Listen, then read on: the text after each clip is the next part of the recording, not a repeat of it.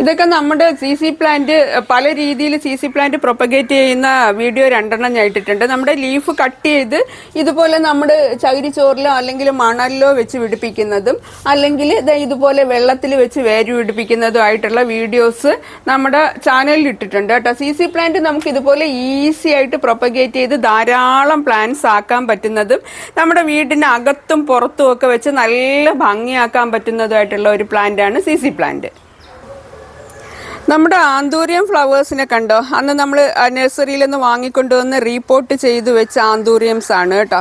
അപ്പോൾ അതൊക്കെ ഇത് നല്ല ഹെൽത്തി ആയിട്ട് വരുന്നുണ്ട്. നമ്മൾ നഴ്സറിയിൽ നിന്ന് വാങ്ങിക്കൊണ്ടുവരുന്ന ആന്തൂറിയംസ് റീപോർട്ട് ചെയ്ത് നമ്മുടേതായിട്ടുള്ള പോട്ടിംഗ് മിക്സിൽ ഇതുപോലെ മാറ്റി വെച്ചില്ല എന്നുണ്ടെങ്കിൽ പ്ലാന്റ് നശിച്ചു പോകും കേട്ടോ. അപ്പോൾ ആന്തൂറിയം പ്ലാന്റ്സ് നമ്മൾ നഴ്സറിയിൽ നിന്ന് വാങ്ങുന്ന പ്ലാന്റ്സ് എങ്ങനെയാണ് റീപോർട്ട് ചെയ്ത് നമ്മുടെ പോട്ടിംഗ് മിക്സിലാക്കുന്നതെന്നുള്ള ഒരു വീഡിയോ ഞാൻ ചെയ്തിട്ടുണ്ട്. അപ്പം ഈ തരത്തിൽ മാറ്റി വെച്ചാൽ മാത്രമേ നമുക്ക് ധാരാളം ആന്തൂറിയം പ്ലാന്റ്സ് അതിൽ നിന്ന് കിട്ടുള്ളൂ. അപ്പൊ ആന്തൂറിയം പ്ലാന്റ്സ് മിനിയേച്ചർ പ്ലാന്റ്സിനൊക്കെ ഇത്തിരി റേറ്റ് ഉണ്ട്. അപ്പൊ നമുക്ക് ഒരു പ്ലാന്റ് വാങ്ങിക്കൊണ്ടുവന്നു കഴിഞ്ഞാൽ നമുക്ക് അതിൽ നിന്ന് ധാരാളം തൈകൾ ഇത്തരത്തിൽ റീപോർട്ട് ചെയ്ത് വെച്ചാൽ ഉണ്ടാക്കിയെടുക്കാൻ കഴിയും കേട്ടോ. നമ്മുടെ ഏദൻ തോട്ടത്തിലെ പുതിയൊരു വിശേഷത്തിലേക്ക് എല്ലാവർക്കും സ്വാഗതം. നമ്മളെല്ലാവരും കുഞ്ഞു കുഞ്ഞ് അടുക്കളത്തോട്ടങ്ങൾ അല്ലെങ്കിൽ പൂന്തോട്ടങ്ങൾ, ഇപ്പം അധിക സ്ഥലമൊന്നും ഇല്ലാത്തത് കാരണം നമ്മൾ പൂന്തോട്ടങ്ങളായിരുന്നാലും അടുക്കളത്തോട്ടങ്ങളായിരുന്നാലും കുഞ്ഞു കുഞ്ഞു സ്പേസിലാണ് ചെയ്യുന്നത് അല്ലേ. കുഞ്ഞു കുഞ്ഞു സ്പേസിൽ ചെയ്യുമ്പോൾ നമുക്ക് നമ്മുടെ അത്യാവശ്യ കാര്യങ്ങൾക്ക് മാത്രമുള്ള പച്ചക്കറി കൃഷിയൊക്കെ ആയിരിക്കും നമ്മൾ ചെയ്യുന്നത്. അപ്പം നമുക്ക് പുറത്തുനിന്നുള്ള വളങ്ങൾ ധാരാളം കാശ് കൊടുത്ത് വാങ്ങിക്കുക എന്ന് പറയുമ്പോൾ അതൊരു വലിയ നഷ്ടമുള്ള ഒരു കാര്യമാണ്. അപ്പം നമുക്കതൊരു നമ്മൾ ഈ ചെയ്യുന്നത് കൊണ്ട് നമുക്ക് വീണ്ടും കാശ് മുടക്കി ധാരാളം കാശ് മുടക്കി വളം വാങ്ങുക എന്ന് പറയുമ്പോൾ നമുക്കതൊരു ബുദ്ധിമുട്ടായിട്ട് മാറും. അപ്പം അങ്ങനെ വരുന്ന സാഹചര്യങ്ങളിൽ നമ്മുടെ വീട്ടിലൊക്കെയുള്ള വേസ്റ്റുകൾ വെച്ച് നമുക്ക് നമ്മുടെ അത്യാവശ്യത്തിനുള്ള വളങ്ങൾ നല്ല ചെടികൾക്ക് നല്ല പുഷ്ടിയോടുകൂടി വളരാൻ പറ്റുന്ന വളങ്ങൾ നമ്മുടെ വേസ്റ്റുകൾ കൊണ്ട് ഉണ്ടാക്കാൻ കഴിയും. അപ്പോൾ അത്തരത്തിൽ ഒരു വളക്കൂട്ട് ഉണ്ടാക്കുന്നതിനെ കുറിച്ചുള്ള ഒരു വീഡിയോ ആണ് ഇന്ന് കാണിക്കാൻ പോകുന്നത് കേട്ടോ. അപ്പം നമ്മുടെ ആ വീഡിയോയിലോട്ട് പോകുന്നതിന് മുന്നേ നമ്മുടെ ചാനൽ സബ്സ്ക്രൈബ് ചെയ്യാതെ കാണുന്നവർ ഒന്ന് സബ്സ്ക്രൈബ് ചെയ്തേക്കണേ. അങ്ങനെ നമുക്ക് നമ്മുടെ വീട്ടിൽ അത്യാവശ്യത്തിനുള്ള വളം നൈട്രജൻ വളങ്ങളൊക്കെ ഉണ്ടാക്കുന്ന നൈട്രജൻ വളങ്ങൾ മാത്രമല്ല എല്ലാം NPK എല്ലാം കിട്ടുന്ന രീതിയിലുള്ള വളങ്ങളും നമുക്ക് ഉണ്ടാക്കാൻ കഴിയും. ചെടികളുടെ വളർച്ചയ്ക്ക് നമുക്ക് പ്രധാനമായിട്ടും വേണ്ടത് നൈട്രജൻ വളങ്ങളാണ് അല്ലേ. അപ്പോൾ ആ ഒരു നൈട്രജൻ വളം എന്ന് പറയുന്നത് നമുക്ക് നമ്മുടെ വീട്ടിൽ കാണുന്ന കളകൾ പറിച്ചിട്ട് നമുക്ക് നല്ലൊരു നൈട്രജൻ വളം ഉണ്ടാക്കാൻ പറ്റും കേട്ടോ. അപ്പോൾ അതിന് നമുക്ക് വേറൊരു ചിലവൊന്നുമില്ല. നമുക്ക് അതിന് വേണ്ടുന്നത് ഒരു ബക്കറ്റ് വേണം. നമ്മുടെ വീട്ടിന് ചുറ്റും കാണുന്ന കുറച്ച് പച്ചിലകൾ നമ്മുടെ അടുക്കളയിലുള്ള വേസ്റ്റ് മാത്രം മതി കേട്ടോ.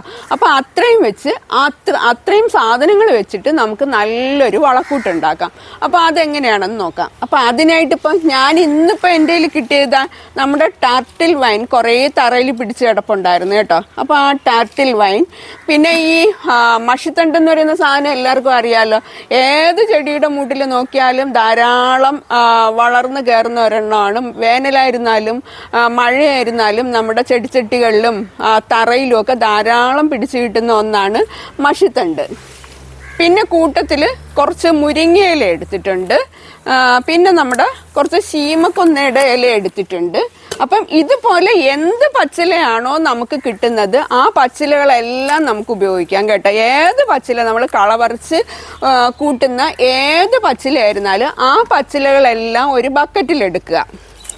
ബക്കറ്റിൽ എടുത്തതിന് ശേഷം അതിൽ ഇപ്പം ഞാൻ ഇതിനകത്ത് ഇടാൻ വേണ്ടിയിട്ട് ഉപയോഗിച്ചിരിക്കുന്നത് അതിനെ ലിക്വിഡ് ആക്കാൻ വേണ്ടിയിട്ട് നമ്മുടെ കഞ്ഞിവെള്ളമാണ് കേട്ടോ. കഞ്ഞിവെള്ളം, വീട്ടിലെ പഴത്തൊലി, പിന്നെ ഉള്ളിയുടെ വേസ്റ്റ് അതെല്ലാം കൂടെ ഇതിനകത്ത് ഇട്ടിട്ടുണ്ട് കേട്ടോ. അപ്പോൾ ഇതുപോലെ നമ്മുടെ അടുക്കളയിൽ വരുന്ന പച്ചക്കറി അരിയുന്ന വേസ്റ്റുകളെല്ലാം നമുക്കിതുപോലെ ഉപയോഗിക്കാം. അത് ഇതിലോട്ട് ഒഴിക്കുക. പിന്നെ നമുക്ക് പ്രധാനമായിട്ടും വേണ്ടത് ഒരു പീസ് ശർക്കര വേണം കേട്ടോ. ശർക്കര എന്തിനാന്ന് വെച്ചാൽ ഇത് നല്ല രീതിയിൽ ഇതിൽ പുഴു കയറാതിരിക്കാനും ഒരു സ്മെല്ലുണ്ടാവാതിരിക്കാനും ഇതിന് ഒരു പെട്ടെന്ന് വളമായി മാറാനും വേണ്ടിയിട്ടാണ് ഒരു പീസ് ശർക്കര ഇടുന്നത് കേട്ടോ. ഒരു കുഞ്ഞു പീസ് ശർക്കര ഇട്ട് കൊടുത്താൽ മതി. ഇതിപ്പോൾ ഇത്രയുമേ പച്ചിലകളുള്ളൂ, അതുകൊണ്ട് ഞാനൊരു ചെറിയ കഷ്ണം ശർക്കരയാണ് ഇട്ട് കൊടുത്തിരിക്കുന്നത് കേട്ടോ. അപ്പം നമ്മൾ ഇതിന് മുന്നേ ഫിഷ് അമിനോ ആസിഡ് ഉണ്ടാക്കുന്ന ഒരു വീഡിയോ കാണിച്ചിരുന്നല്ലോ. അപ്പോൾ ആ ഫിഷ് അമിനോ ആസിഡ് ഉണ്ടാക്കാൻ വാങ്ങിയ അതിൻ്റെ ബാക്കി ശർക്കര ഒരു പീസ് ഇരുന്നതാണ് ഞാൻ ഇതിനകത്ത് ഇട്ട് കൊടുക്കുന്നത് കേട്ടോ. അപ്പോൾ പിന്നെ ഞാനിവിടെ സാധാരണ ഇത്തരത്തിലുള്ള വളങ്ങൾ ഉണ്ടാക്കുമ്പം പച്ചച്ചാണകവും ഗോമൂത്രവും കൂടെ മിക്സ് ചെയ്ത് ഒഴിച്ചു കൊടുക്കാറുണ്ട് കേട്ടോ. ഇപ്പം അതൊന്നും ഇല്ല എന്നുള്ളവർക്ക് ഇപ്പം എനിക്ക് പച്ചച്ചാണകം ഇല്ലല്ലോ അല്ലെങ്കിൽ എൻ്റെ കയ്യിൽ ഗോമൂത്രം ഇല്ലല്ലോ എന്ന് വിഷമിക്കുകയൊന്നും വേണ്ട. ഇതുപോലെ കഞ്ഞിവെള്ളം, നമ്മൾ വെറുതെ കളയുന്ന കഞ്ഞിവെള്ളമാണ്, ആ കഞ്ഞിവെള്ളം ഇതിനകത്ത് ഒഴിച്ചു കൊടുത്താൽ മതി. കഞ്ഞിവെള്ളം ഒഴിച്ച് ഫില്ല് ചെയ്യാനുള്ള കഞ്ഞിവെള്ളം ഉണ്ടെങ്കിൽ അങ്ങനെ ചെയ്യുക. അല്ലാന്നുണ്ടെങ്കിൽ ഉള്ള കഞ്ഞിവെള്ളം ഒഴിച്ചതിന് ശേഷം ബാക്കി ഈ പച്ചിലകൾ നികന്ന് വരുന്ന രീതിയിൽ വെറുതെ പച്ചവെള്ളം ഒഴിച്ചു കൊടുക്കുക.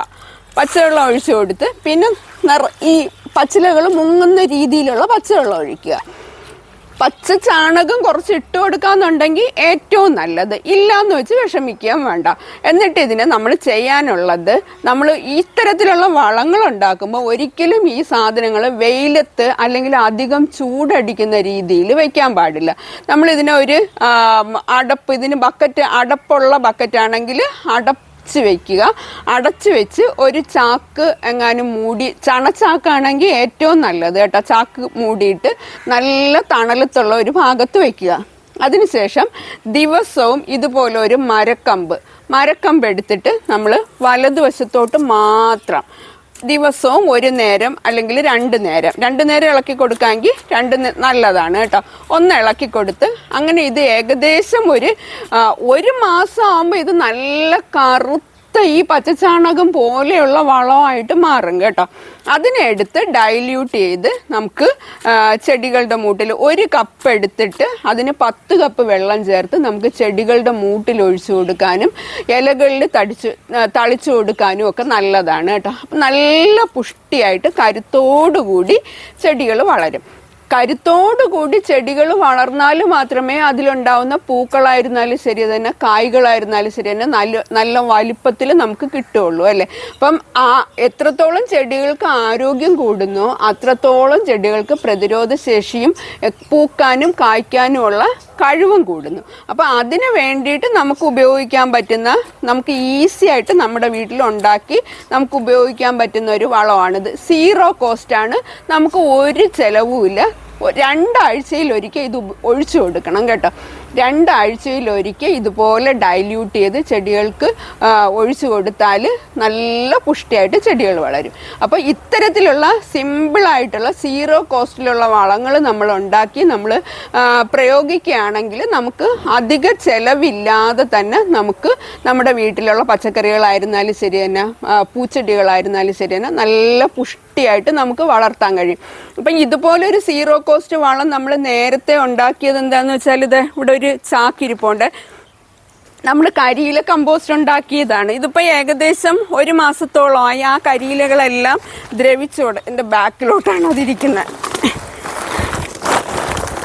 ഇതാണ്ടോ, ആ കരിയിലകൾ ദ്രവിച്ചു തുടങ്ങിയിട്ടുണ്ട്. അപ്പം ഇത് നമുക്ക് ചകിരിച്ചോറിന് പകരം ഉപയോഗിക്കാൻ പറ്റുന്ന നല്ലൊരു വളമാണ്.